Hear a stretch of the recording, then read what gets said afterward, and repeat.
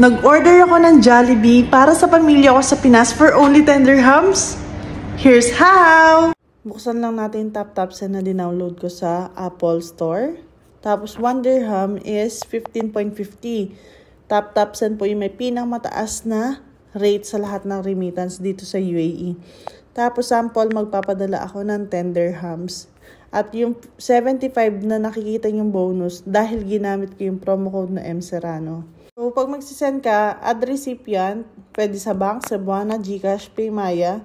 Tapos yung mga bank natin, ito yung mga bank natin sa Pilipinas na ka-tie up natin. May Cebuana, BPI, BDO, Maya Bank, at marami pang iba. Ayan, selected yan. So, dahil ako, meron na akong mga recipient before, nakasave na sila sa akin. So, isasend ko yung money sa GCash ko. At hawak ko yung GCash ko dito sa UAE. So, makikita nyo 10 dirhams lang mababawas sa card ko. Yung 75 dirhams is galing sa bonus ko. So, sending. So, matatanggap nila sa Pilipinas. Matatanggap ko is 1,317. Okay. Ayan. Kung makikita nyo, payment on process na siya. Ayan. Nabawas na sa card ko dito sa UAE. And waiting na lang ako. Ayan. Real time tayo. Pinas forward ko na.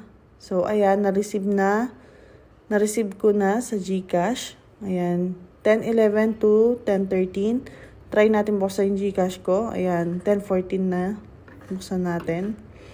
Ayan, refresh lang. Pumasok na 1,317. Ayan. So, guys, ito yung order ko sa Pinas. Ayan, 1,242. Ayan, 8 piece na chicken, yum burger, tsaka jolly hotdog na family. Nabawas na sa sa GCash ko. GCash kasi yung binayad ko. Kaya ano pang hinihintay mo, kabayan? Mag-download ka na ng TapTapSend. Sobrang dali lang.